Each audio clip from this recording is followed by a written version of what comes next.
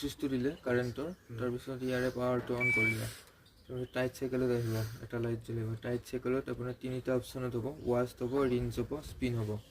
Start কৰি দিলে প্ৰথমে মেচিনৰ ওজনটো ল'ব কাপোৰৰ, তাৰপিছত পানী ল'ব, সেইটো তাৰপিছত এতিয়া পানী লৈছে, ৱাছ ল'ব, তাৰপিছত ৰিন্সত বেয়া পানীটো ওলাই যাব, চাৰ্ফৰ পানীটো স্পিনত আপোনাৰ শুকাই যাব, অট'মেটিক হয় এইটো। তাৰপিছত চকত প্ৰগ্ৰেম চেঞ্জ কৰি চকত আহিব পাৰিব, চকতো তেনেকৈ তিনিটা অপশ্যনতে হ'ব কাপোৰ।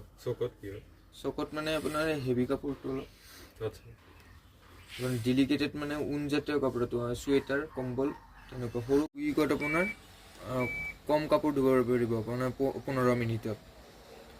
আৰু ইয়াতে প্ৰগ্ৰেম চেঞ্জ কৰিলে ৱাছত ডাইৰেক্ট ৱাছ কৰিব পাৰিব, ৰৈ যোৱা পানীখিনি ৰিন্স কৰিব পাৰিব, স্পিন শুকাব পাৰিব। যেতিয়া ধৰক আৰু আপোনাৰ বৰষুণত তিতি অহা কাপোৰটো টাপ ড্ৰাই কৰিব